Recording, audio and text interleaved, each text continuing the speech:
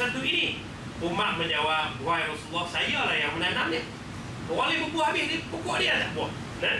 Rasulullah mencabut pokok itu, lalu menanamnya semula. Akhirnya pokok itu berbuah pada tahun yang sama. Ini cerita apa tuan? Orang tua sebut. Dia sebut dia pun betul.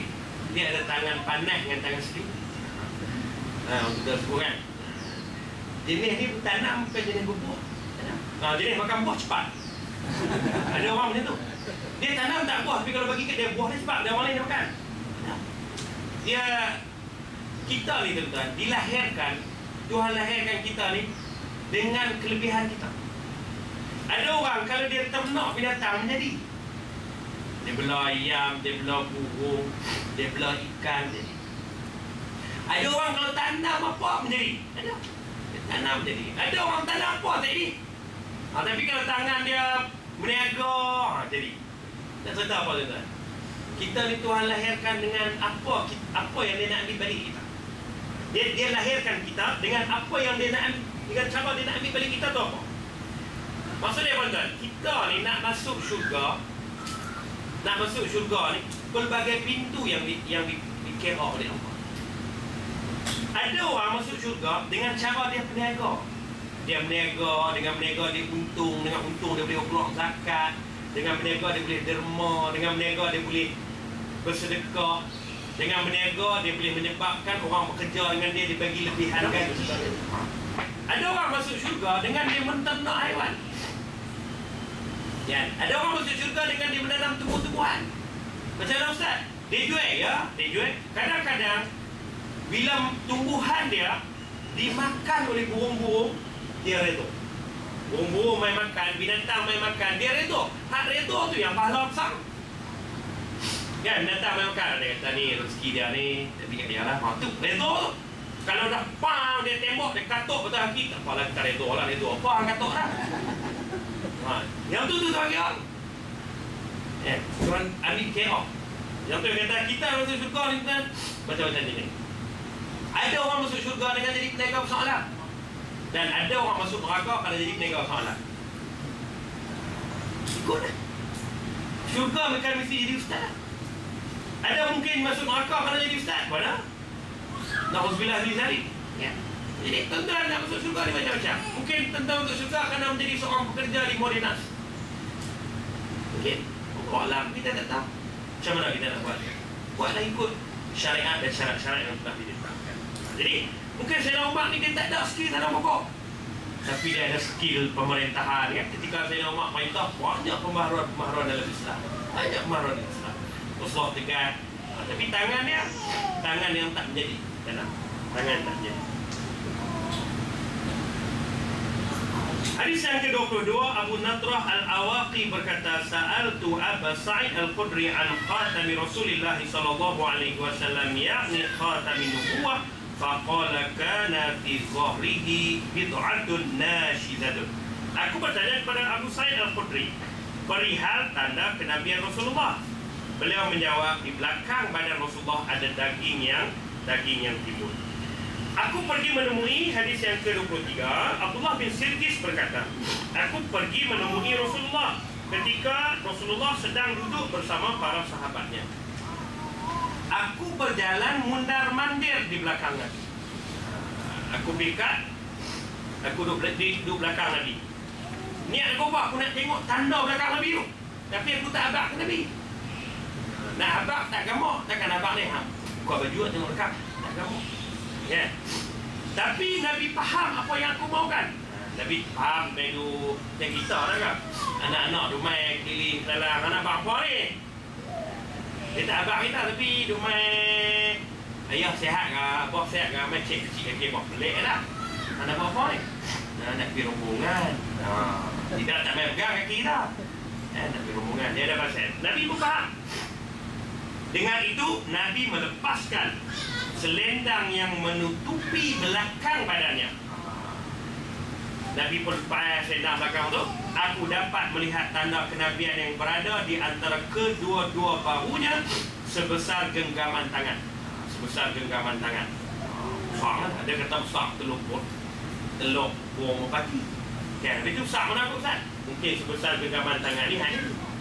Maknanya lebih kurang sama lah. Bukan hari ni. Ya. Di sekelilingnya ada tanda-tanda kecil seperti jerawat. Bukanlah jerawat. Sebelum pulang aku menghadap Rasulullah dan aku berkata kepadanya, wahai Rasulullah, semoga Allah mengampunimu. Rasulullah berkata, begitu juga denganmu. Para sahabat yang berada di situ bertanya kepada Abdullah, adakah Rasulullah memohon keampunan buatmu? Abdullah menjawab, ya, begitu juga untuk kamu. Kemudian Abdullah membacakan satu ayat surah Muhammad, surah Muhammad, ayat yang bermaksud, dan mintalah ampun bagi dosamu dan bagi orang yang beriman lelaki dan perempuan. Betuahnya Abdullah ni tuan-tuan, pasal apa?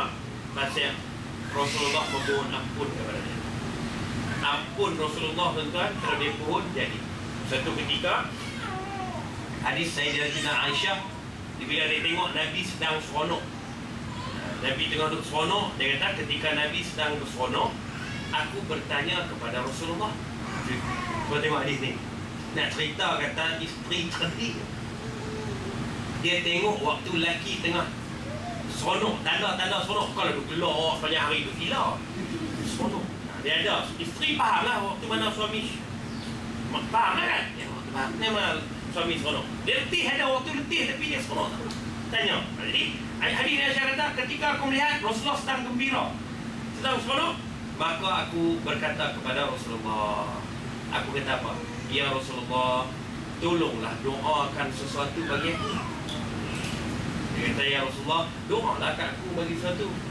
Nabi kata, Nabi angkat tangan, Nabi kata, ya Allah, ampunikanlah dosa Aisyah, ampunikanlah dosa Aisyah dan berkatikanlah.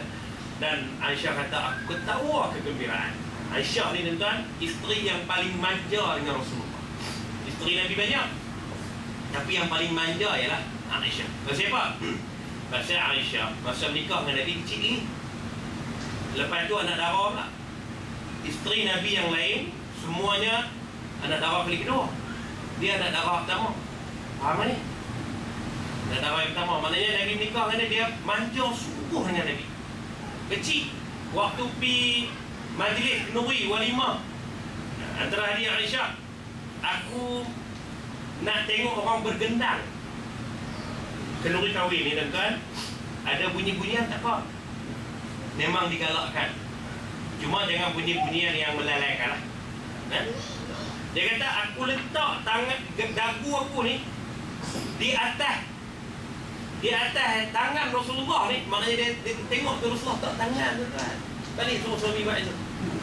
Dia sampai jauh singgung. Letak tangan dia sampai aku lenguh. Bukan Nabi lenguh, aku lenguh. Nak cerita apa? Manja dengan Nabi tak tu. Apa dia lagi tanda manja? Aku selalu berlumba lari dengan Rasulullah, dan kadang-kadang aku menang, dan kadang-kadang Rasulullah menang. Allah, Rasulullah saja bagi dia menang. Rasulullah ni tuan-tuan, kekuatan dia 60 orang lelaki. Kakak Aisyah cuma apa? Nak apa kata Nabi ni dia pandai melawak dengan bini dia. Kadang-kadang bagi bini menang. Kita menang selalu tak? No? Kita menang selalu. Tapi dah ada waktu Nabi kalah, ada waktu Nabi menang. Lawak. Apa lagi tunjuk tanda manja Aisyah?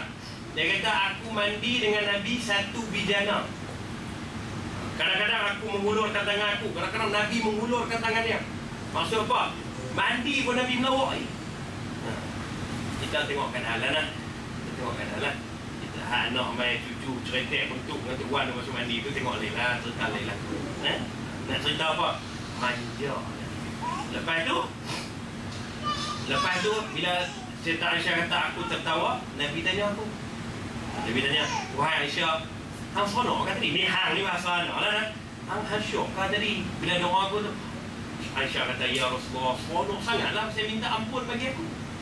Pasal dia tahu dah kalau Nabi minta ampun, tentu Allah terima. Apa kata Nabi? Itulah doa yang aku panjatkan selepas aku selesai sembahyang setiap hari kepada umatku. Nabi kata, hak aku doa tadi ni kat hang tu, hak itulah doa yang tak pernah aku tinggal selepas sembahyang setiap hari kepada umatku, kepada kita. tuan, Nabi ingatkan kita lepas sembahyang. Kita pernah ingatkan Nabi. Assalamualaikum warahmatullahi. Assalamualaikum warahmatullahi. Cuit pergi. Lu gambar nama lah. Nabi doa kita. Dah balik kita buat, Okey tuan-tuan. Bab yang ketiga, rambut Rasulullah SAW. Anas bin Malik berkata, kana sya'ru rambut Rasulullah SAW ila nisfi uzunai. Rambut Rasulullah, Anas bin Malik kata, Anas pun masa Nabi jadi Nabi, dia kecil, dia jadi PA Nabi. Rambut Rasulullah mencecah sehingga bahagian tengah kedua-dua telinga Rasulullah SAW. Rambut Nabi, kalau tuan-tuan nak simpan rambut panjang, tuan-tuan tak boleh repair. Itu sunnah. Kalau nak ikut sunnah lah, boleh repair, tak dosa. Tapi kalau nak ikut sunnah, Nabi dia tak repair tepi ni. Kita ni repair ni. Tinggal repair maksud ni dia tepi kan. Nabi dia kalau rambut hat tepi ni dia tutup telinga. Maksud dia tak, dia lah kan, dia nak faham lah. Dia tak repair. Rambut panjang sampai bau.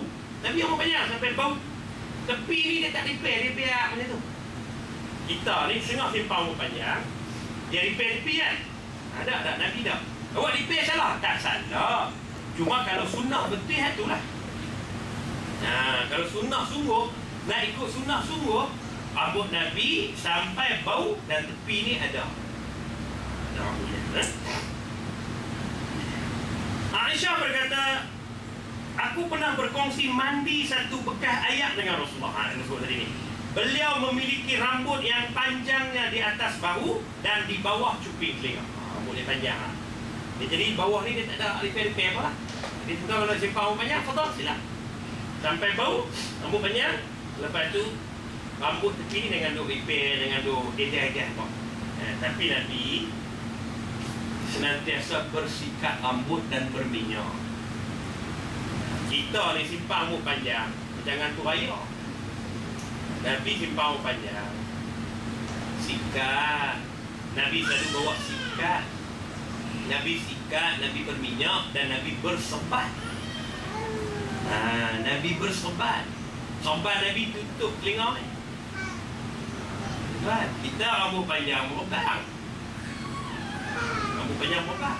Nabi rambut panjang boleh sebat. Al-Bara' bin Azib berkata, kana Rasulullah sallallahu alaihi wasallam marbu'an ba'ida man bainal mankibain wa kanat jummatuhu tadribu syahmata uzunain. Rasulullah adalah seorang yang memiliki bentuk tubuh yang sederhana. Kedua-dua bahu Nabi bidang. Nabi bau dia luas. Rambutnya menyentuh kedua-dua cuping telinganya. Aku bertanya kepada Anas bin Malik, hadis 27. Bagaimanakah rambut Rasulullah? Jawab Anas, rambut beliau tidak keriting dan tidak lurus. Maknanya ikal. Keriting pun tak, lurus pun tak. Rambut beliau tidak keriting dan tidak lurus. Panjang rambut beliau menyentuh kedua-dua cuping telinganya. Hadis yang ke-28, Ummu Hani binti Abu Talib berkata, qadima Rasulullah sallallahu alaihi wasallam Makkah wa lahu 4 ghadair. Semasa penaklukan kota Mekah, Rasulullah memasuki kota ini dengan rambut yang diikat 4. Rambut panjang ikat 4. Kita ikat 1 macam orang perempuan. Betul, simpan rambut panjang